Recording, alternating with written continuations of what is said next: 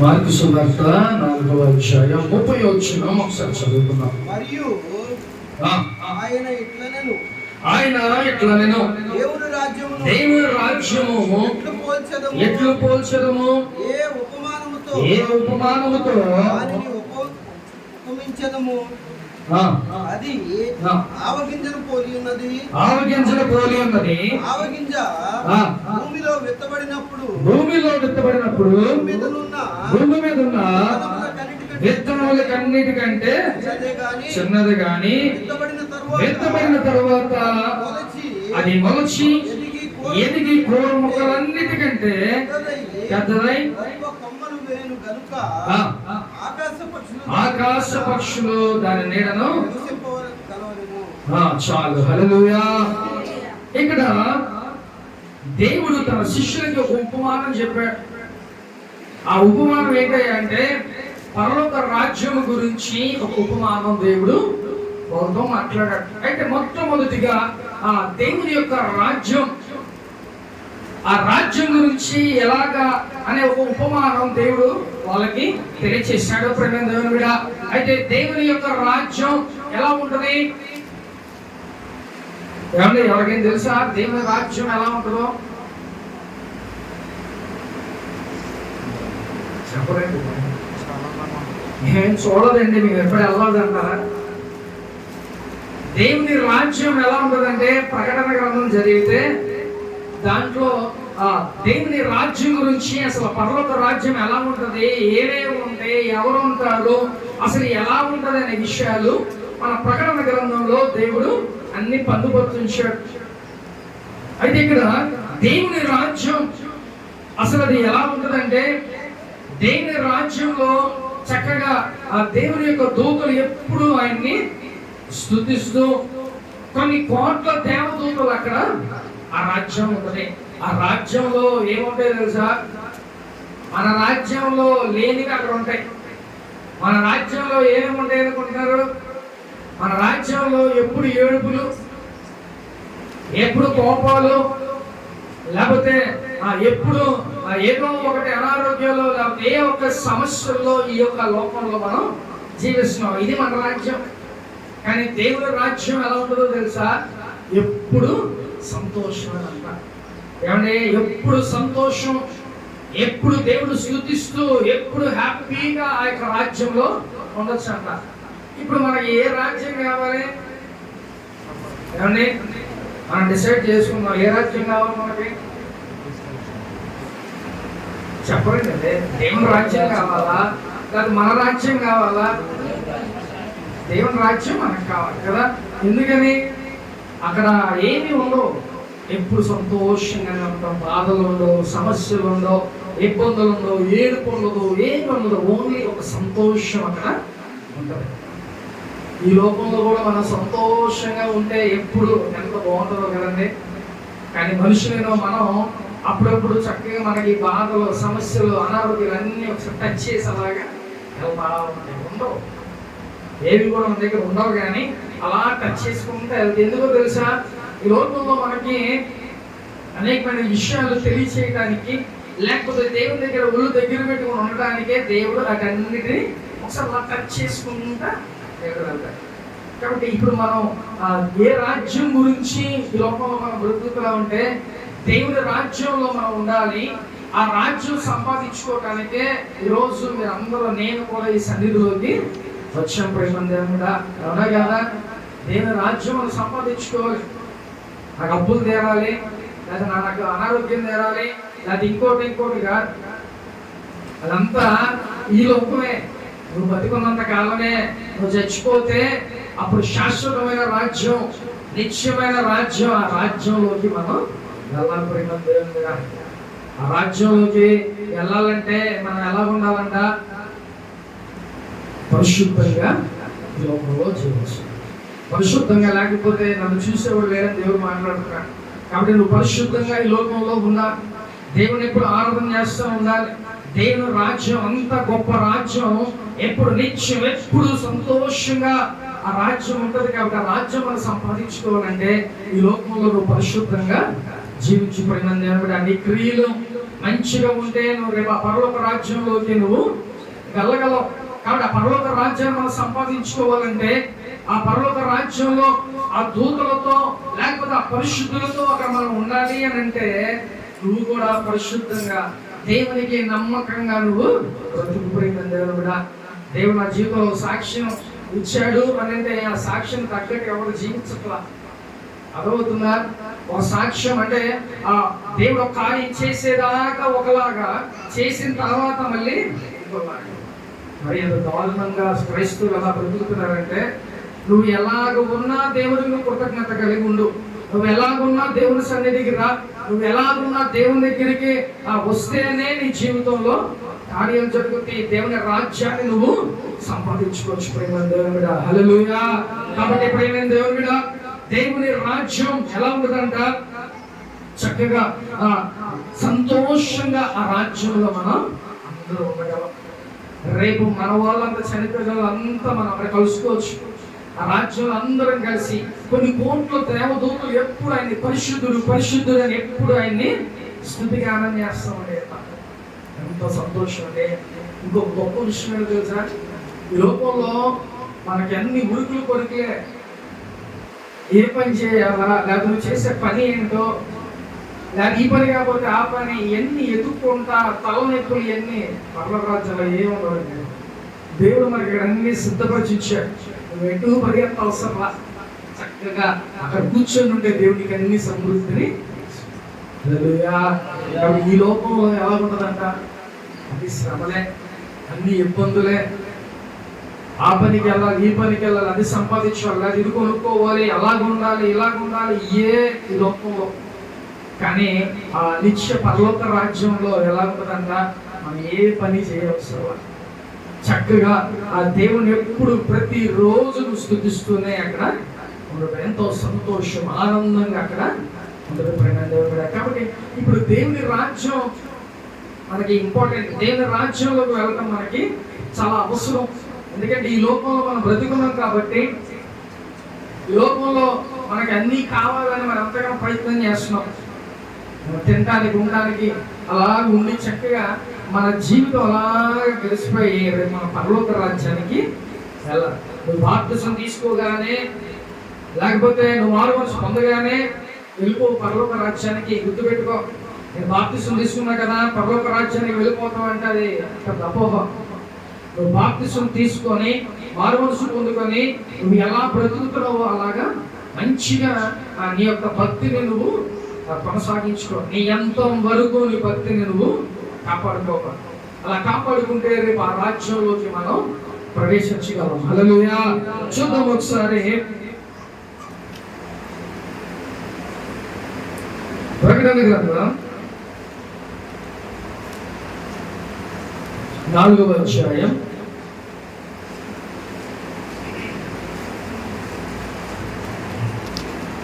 4వ అధ్యాయం 8వ వచనం చదువుకుందాం. ఈ 4 జీవులలో ప్రతి జీవికి 6 రెక్కలుండెను. అవి చుట్టూను రెక్కల లోపటను కన్నులతో నిండి ఉన్నవి.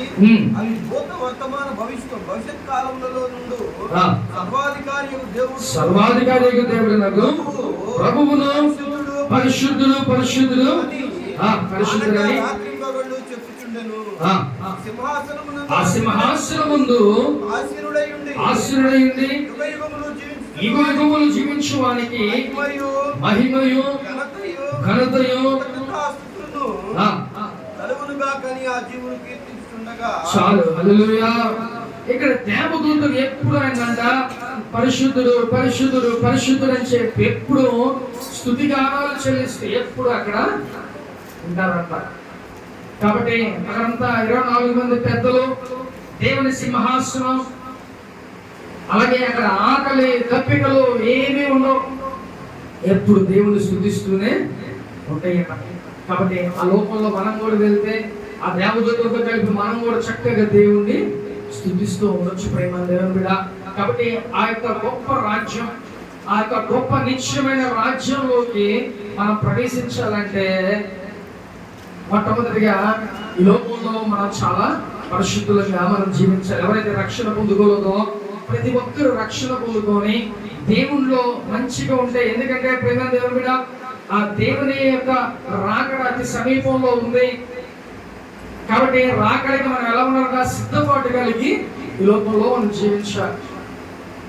ఎందుకంటే ఎప్పుడు ఏమైందో, ఏ పరిస్థితుల్లో గుండా వెళ్తామో మనకు తెలియదు. ఆయన చనిపోయాడంట. ఆయన చనిపోయి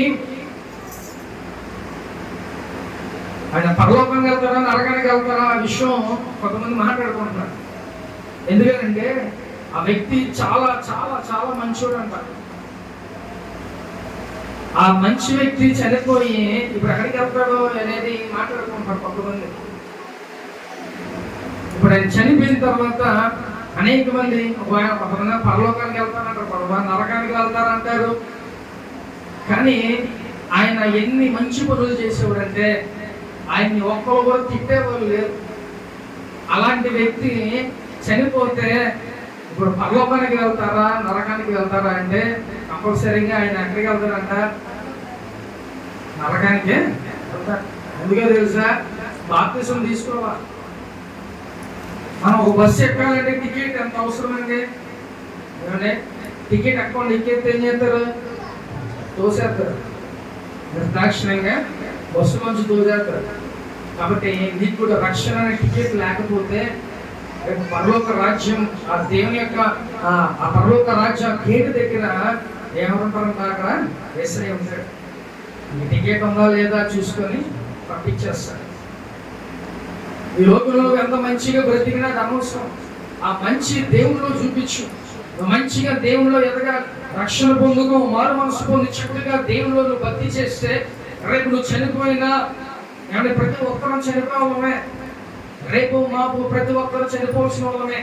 కాబట్టి మనం కంపల్సరీగా రక్షణ మారు మనసు పొందుకుంటే ఎక్కడికి వెళ్తామన్నా, రేపు ఆ పరలోక రాజ్యానికి మనం వారసులు అవుతాం. ప్రేమ దేవుని బిడ్డ, ఆ పరలోక రాజ్యంలో యేసు ప్రభువారు ఆయన చనిపోయి ఆ 40 రోజులు తన యొక్క శిష్యులకి అనేక మందికి దేవుడు కనిపించి ఏం చెప్పాడు తెలుసా? నేను వెళ్తున్నా, నేను వెళ్ళి నీ కొరకు నేను మీకు ఒక ఇల్లుని సిద్ధపరిచాడా ఉంచుతాను. కాబట్టి నా వెనక మీరు రండి అనేది దేవుడు మాట్లాడాడు. ఇప్పుడు నువ్వు కూడా సిద్ధపాటు కలిగి, దేవుడు ఆల్రెడీ ఆయన పని ఆయన చేసేస్తున్నాడు. కాబట్టి నీ వర్క్ నువ్వు కూడా నీకంటూ పరలోక రాజ్యంలో ఒక స్థానం సంపాదించుకోవడానికి నువ్వేం చేయాలంట? రక్షణ మారు మనసులు పొందుతారు. కాబట్టి ఇక్కడ పరలోక రాజ్యం గురించి యేసు ప్రభువారు తన శిష్యులకి చెప్తున్నాడు.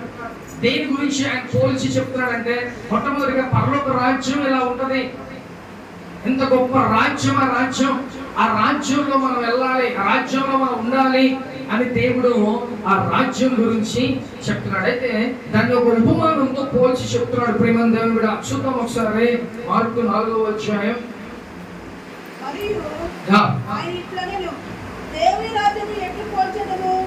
ఏ ఉపమానముతో దానిని, అది ఆవగింజని అన్నది. చాలా హల్లెలూయా. ఆవగింజని దేవుడు పోల్చి చెప్తున్నాడు. ఎవడే ఆవగింజ అంట, దాన్ని భూమిలో పాతి పెట్టగానే ఆ భూమిలో విత్తనములు అన్నిటికంటే అది చాలా చిన్నది. అయినా అది ఎలాగంట, ఆ మొక్కలు అన్నిటికన్నా చాలా ఎత్తైన మొక్కగా అది ఎదిగింది. ఇప్పుడు ఈ ఆవగింజ నువ్వు నేనైతే దేవుడు ఆల్రెడీ భూమి మీద మనం దింపాడు. ఇప్పుడు నువ్వు ఎలా ఉండాలంట? పొట్టిగా ఉండాలా, కొంచెం పొడుగ్గా, లేకపోతే ఇంకా ఎత్తుగా ఎదగాల? ఏమని నువ్వు గొప్పగా ఈ లోకంలో భక్తి చేయాలని దేవుడు చాలా ఆశపడుతున్నాడు. ప్రేమ దేవుడు కూడా, నా పోలికలో నేను మిమ్మల్ని చేసుకున్నా, నా యొక్క ఆత్మ మీలో ఊదా, కాబట్టి మీరు నా సొత్తు, నేను రక్తాన్నిచ్చి మిమ్మల్ని కొనుక్కున్నా, కాబట్టి నా బిడ్డల ఈ లోకంలో మీరు బ్రతకండి, నా పోలికలో మీరు బ్రతకండి ప్రేమ దేవుడా అని దేవుడు మనతో మాట్లాడుతున్నాడు. కాబట్టి ఒక ఆమగింజ లాంటి వాళ్ళ మనం ఎలా ఎదగాలంట? ఉన్నతంగా ఎత్తైన వారిలాగా మనం ఎదగాలి. అనేక మంది మాదిరికరంగా కొన్ని చెట్లు ఉంటాయి, వాటికి ఫలాలు ఉండవు. ఒక చెట్టు చూసి ఊరి నాయన ఇన్ని కాయలు కాసినాయి ఏంటి అని ఒకసారి ఆశ్చర్యకరంగా అనుకుంటా ఉంటాం. కాబట్టి కూడా నువ్వు కూడా మంచిగా ఎదగాలి, అనేకమైన ఫలాలు ఇచ్చేవారిలాగా ఈ లోకంలో నువ్వు జీవించాలనే. ఫలాలు మీన్స్ నీకు వర ఫలాలతో నువ్వు నింపబడాలి. సంఘంలో మంచి ప్రార్థన పరురా, లేదా సంఘంలో మంచి ప్రార్థన పరుడు, లేదా సంఘంలో పరిచర్య బాగా చేస్తారు, సంఘంలో బాగా పాటలు పాడతారు, లేదా సంఘంలో ఒక మూల స్తంభంలాగా ఉంటారు, దేవుని విషయంలో ముందుంటారు అనే విషయాలు, అనే కాయలు మీకు చర్చికి బైబిల్ పట్టుకుని ఎలా వచ్చి అలా వెళ్ళిపోవటం కాదు. అర్థమవుతుందా? దేవుని సన్నిధికి బైబిల్ పట్టుకొని వచ్చి వెళ్ళిపోవటం కాదు.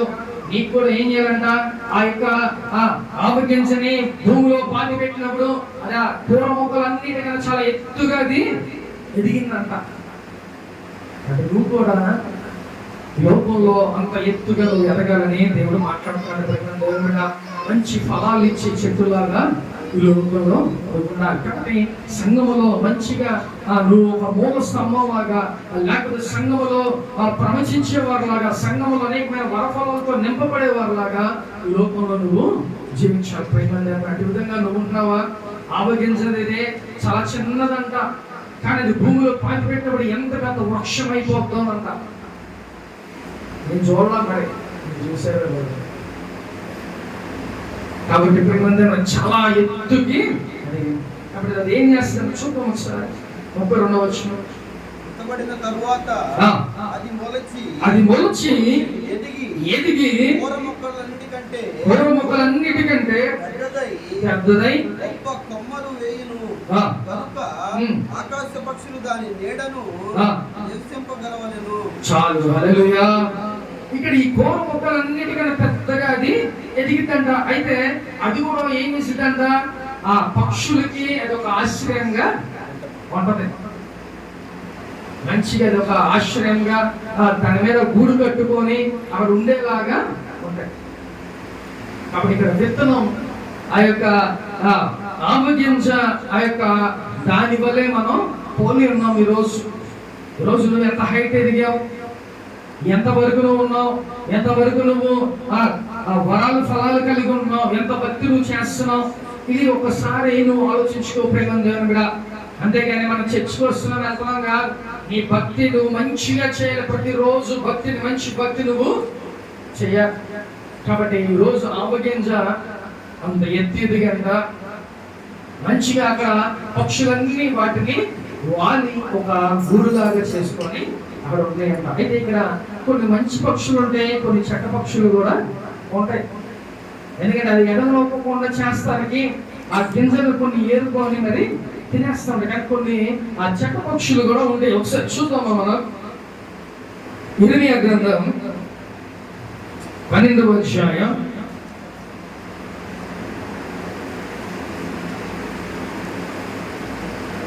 12వ అధ్యాయం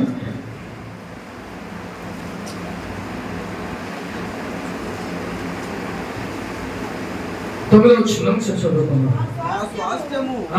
నాకు పొడల క్రూరపక్షి ఆయన క్రూరపక్షులు దాని చుట్టూ కూడుచున్నవా అని అడవి జంతువులన్నిటినీ పోగు చేయుడి, ఇంగివేయుటకై అవి రావలెను. కాపరులు నా ద్రాక్ష తోటలను చెరిపివేసి ఉన్నారు, నా సొత్తును త్రొక్కివేసి ఉన్నారు, నాకు ఇష్టమైన పొలమును పాడుగాను దారిగాను చేసి ఉన్నారు. చాలు, హల్లెలూయా. ఇక్కడ క్రూరమైన పక్షులు కొన్ని ఉన్నాయంట. మంచివైతే చక్కగా గూడు కట్టుకొని ఉంటాయి, లేకపోతే చెడ్డ పక్షులు అయితే ఎలా ఉంటాయి అంటే ఆ విత్తనాలు, వాటికున్న ఫలాలన్నీ తినేస్తాయి. వాటికున్న ఆ యజమాని ఎవరైతే వేసుకున్నారో వారికి ఉపయోగపడకుండా ఏం చేస్తాయి అంట, వాటన్నిటినీ పాడు చేసేస్తాయి అంట. కొన్ని క్రూరమైన పక్షులు, కొన్ని అయితే దాని పని ఏదో చేసుకొని వెళ్తుంది. కానీ కొన్ని పక్షులు ఏం చేస్తాయి అంట, క్రూరమైన పక్షులు కొన్ని ఉన్నాయంట. అవి ఏం చేస్తాయి, వాటికి ఉన్న ఫలాలన్నీ పాడు చేసేస్తాయి. లేకపోతే అక్కడ ఉన్న ఆ యొక్క ఫలాలన్నీ పాడు చేసి ఎట్లాగంటే ఆ యజమానికి నష్టాన్ని కలగజేస్తుంది. కాబట్టి ఈరోజు పక్షులు, చెడ్డ పక్షులు అని అంటే దాని అర్థం ఏంటంటే సాతాను గడని దాని అర్థం. ఇప్పుడు ఆ పక్షులు వచ్చి ఈ ఆవగింజ అంటే మనమే ఆ ఆవగింజని ఏం చేయాలంట, వాటిని ఎలా పాడు చేయాలని చూస్తూ ఉంటుంది. కాబట్టి సాతాను గడు మనం పాడు చేయాలని అనేకమైన విషయాలు ట్రై చేస్తూ ఉంటుంది. వాటికి ఏం చేయాలంటే మనం ఏది కూడా చోటు పెట్టకూడదు.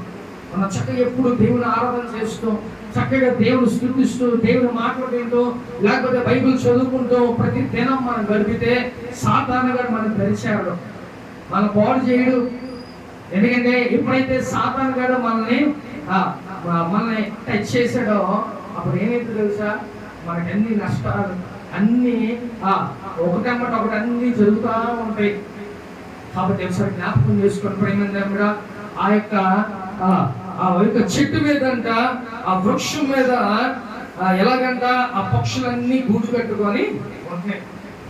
మంచివైతే చక్కగా వాటి పని అవి చేసుకొని వెళ్ళిపోతాయి. కానీ క్రూరమైన పక్షులు ఏం చేస్తాయంట, ఆ చెట్టు అంతటిని పాడు చేసేస్తాయి. కాబట్టి మనం కూడా ఆవగింజ ఆ చెట్టు ఎలాగైతే ఎత్తుగా ఎదిగి జాగ్రత్తగా ఉంటుందో, మనం కూడా దేవుడు మంచిది ఎదిగి చక్కగా లోకంలో దేవునికి అలాగే సంఘానికి మనం ఉపయోగపడేలాగా లోకంలో మనం జీవించాలి. ప్రేమ హల్లెలూయా. కాబట్టి ఈ పక్షులు ఎలాగైతే పాడు చేస్తున్నాయో, సాతానుగాడు కూడా మనల్ని అనేకమైన విషయాల్లో మనల్ని క్రొమ్మదీస్తూ ఉంటాయి. ఒకసారి సాతానుగాడు కొన్ని విషయాలు అడిగితే ఏం చెప్తా ఉంటాడు తెలుసా, వీళ్ళు పాడు చేయాలని, లేకపోతే ఇది యాక్సిడెంట్ చేయాలని. ఒక్కొక్కసారి కొన్ని చోట్ల దాన్ని అడుగుతూ ఉంటాయి, ఎందుకు చెప్తా ఉంటుంది.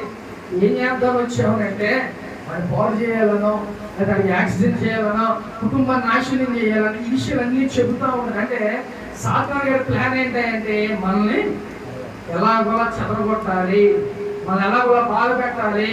ఈ ప్రయత్నాల్లో సాతాను గారు ఉంటాడు. కానీ వీటన్నిటిని మనం జయించుకొని మనం ఎక్కడికి వెళ్ళాలంట, పరలోక రాజ్యానికి మనం వెళ్ళాలి. కాబట్టి ఆ నిత్యమైన రాజ్యం, ఆ రాజ్యంలో ఇప్పుడు సంతోషమే ఉంటుంది, ఏడుపు దుఃఖం ఏమీ కూడా రాజ్యంలో ఉండవు. హ్యాపీగా రాజ్యంలో మనమందరం అక్కడ ఉండాలని దేవుడు చాలా ఆశపడుతున్నాడు. నువ్వు కూడా దేవుని రాజ్యంలో ఉండాలని ఆశపడుతున్నావా? ఒకవేళ దేవుని రాజ్యంలో ఉండాలంటే చక్కగా నువ్వు మొట్టమొదటి ఏం చేయాలంట, టికెట్ తీసుకోవాలి, బాప్తిసం తీసుకోవాలి.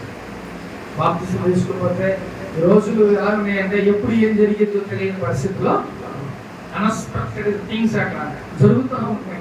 కాబట్టి ఎప్పుడు ఏది జరిగిద్దో మనం ఊహించలేం, అది శక్తి మనకు లేదు. కాబట్టి ఎప్పుడు ఏది జరిగినా దాన్ని ఫేస్ చేసే దమ్ము, ఆ ధైర్యం మనకి ఉండాలి. నువ్వు రక్షణ పొందుకుని నువ్వు ఉన్నావా, చక్కగా దేవుడు ఏది జరిగినా దేవుడు మన పరలోక రాజ్యంలోకి తీసుకెళ్తాడు కదా. ఈ బాడీ ఇక్కడ వరకే కదా, ఈ యొక్క శరీరం ఈ లోకంలో ఉన్నప్పుడే ఈ శరీరం మన పరలోక రాజ్యంలోకి తీసుకెళ్ళడానికి లోపల విడిచిపెట్టేసి మనం వెళ్ళిపో. కాబట్టి ఈ శరీరం కోసం మనం కోరుకులు ఆడుతూ ఉంటాం ఈ లోకంలో కదా. ఈ శరీరం కోసం మీన్స్ తినాలి చక్కగా, ఏమంటే ఆరోగ్యంగా ఉండాలంటే అనేకమైన బాదం పప్పులు, జీడిపప్పులు అవి ఎంత బాగా హెల్దీగా ఉండాలి కదా. వీటన్నిటి కోసం కోరుకులు ఆడుతూ ఉంటాం శరీరం కోసం. కాబట్టి ఈ శరీరం ఏది శాశ్వతంగా, ఓన్లీ మన ఆత్మే శాశ్వత. లోకంలో ఆత్మ ఉండదు, పర్వత రాజ్యంలోకి వెళ్ళిపోతుంది. కాబట్టి రేపు ఆ తీర్పు దినానికి వచ్చేటప్పుడు చక్కగా నువ్వు కూడా మంచిగా తీర్పు దినాన్న పర్వత రాజ్యంలోకి వెళ్ళాలని నువ్వు ఆశపడితే, ఆ రాజ్యం నిత్యమైన రాజ్యంలోకి ఎప్పుడు ఈ లోకమైన శాశ్వతం కాదు, ఆ పరలోక రాజ్యం ఎప్పుడు మనకి శాశ్వతంగా. ఆ రాజ్యంలో మనం ఉండాలని అంటే నువ్వేం చేయాలంటే రక్షణ మారు మనసు నువ్వు ఈ లోకంలో పొందుకుంటే చక్కగా దేవుని రాజ్యంలోకి నువ్వు ప్రవేశిస్తావు. కాబట్టి యేసు ప్రభు వారిని తన శిష్యులు అడిగినప్పుడు ఒక ఆ యొక్క చూద్దాం 41వ వచనం చూద్దాం. మార్కు సువార్త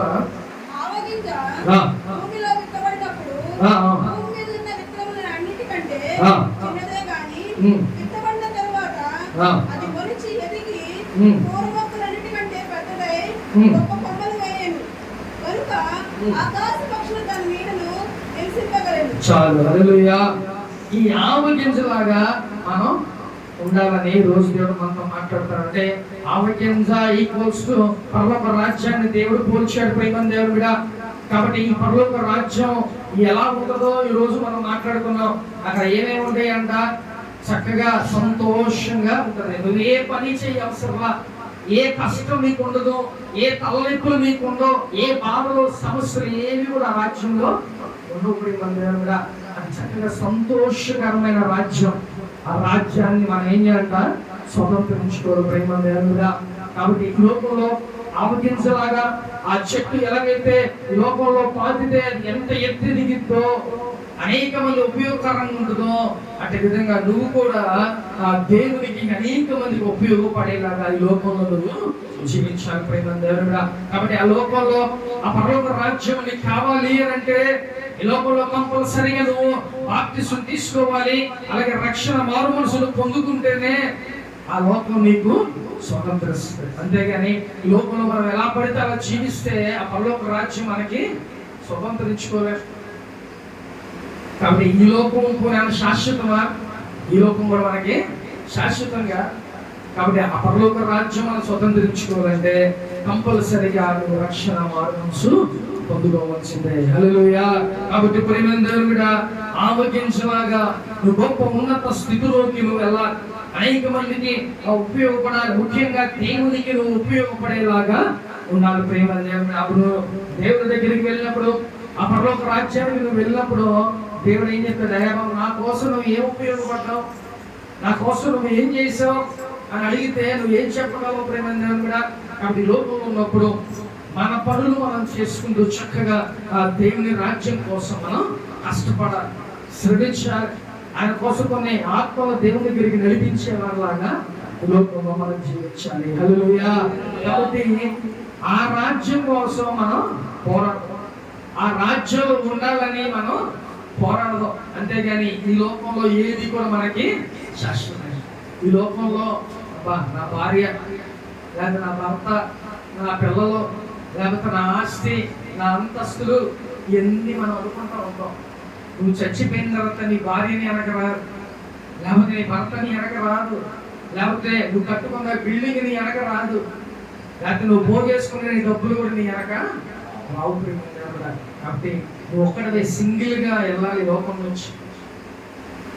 కాబట్టి ఆ లోకంలోకి మనం వెళ్ళాలంటే రక్షణ మారు మనసు కలిగి ఉంటే, రేపు మనందరం బాప్తిసం తీసుకుంటే అందరూ ఎక్కడ కలుసుకొచ్చండా?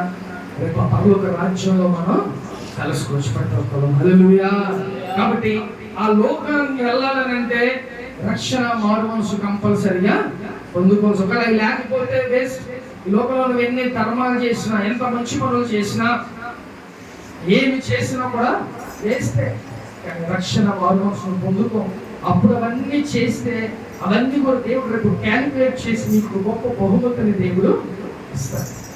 కాబట్టి ఆ లోక రాజ్యం, ఆ నిత్య రాజ్యం కోసం మనందరం ఏం చేయాలంట? పోరాటం చేయాలి. ఏ పోరాటం చేద్దాం? కత్తి పెట్టుకొని యుద్ధానికి వెళ్ళడం కాదు. బైబిల్ చదవాలి, ప్రార్థన చేసుకోవాలి, దేవుని యందు పరిశుద్ధంగా మనం జీవించాలి. ఇలా ఉంటే రేపు పరలోక రాజ్యం నీ సొంతం. దేవుడా, అలా లేకపోతే నరకానికి వెళ్ళాల్సి వస్తుంది. ఆ రాజ్యాన్ని సంపాదించుకోవాలంటే ఈ లోకంలో మంచి భక్తిని చేయి, పరిశుద్ధంగా నువ్వు జీవించు, చక్కగా మంచిగా నువ్వు బైబిల్ చదువు, ప్రతిరోజు ప్రార్థన చేసుకో, అనేక మందిని ఆకర్షించు, అనేక మందిని దేవుని దగ్గరికి తీసుకురా. అది నీ డ్యూటీ, నువ్వు చేయాల్సిన పని అది. అప్పుడు దేవుడిని అక్కడ మెచ్చుకుంటాడు. ఆ లోకంలో చక్కగా నువ్వు వెళ్ళగానే బలా మంచి దాసుడా అని చెప్పి దేవుడు నిన్ను శభాషణ అంటాడు. కాబట్టి దేవుడు ఆ లోకంలోకి వెళ్ళినప్పుడు మనం అన్ని ఈ లోకంలో మంచిగా దేవుని కోసం బ్రతికి ఆ లోకంలోకి మనం అడుగు పెట్టేలాగా ఈ లోకంలో మనం పోరాటం చేయాలి. హల్లెలూయా. ఆత్మ చెబుతున్న మాట చెవుడు వినదుగాక. ఆమేన్. అందరూ మోకరించి వచ్చింది ప్రార్థన చేసుకున్నాం.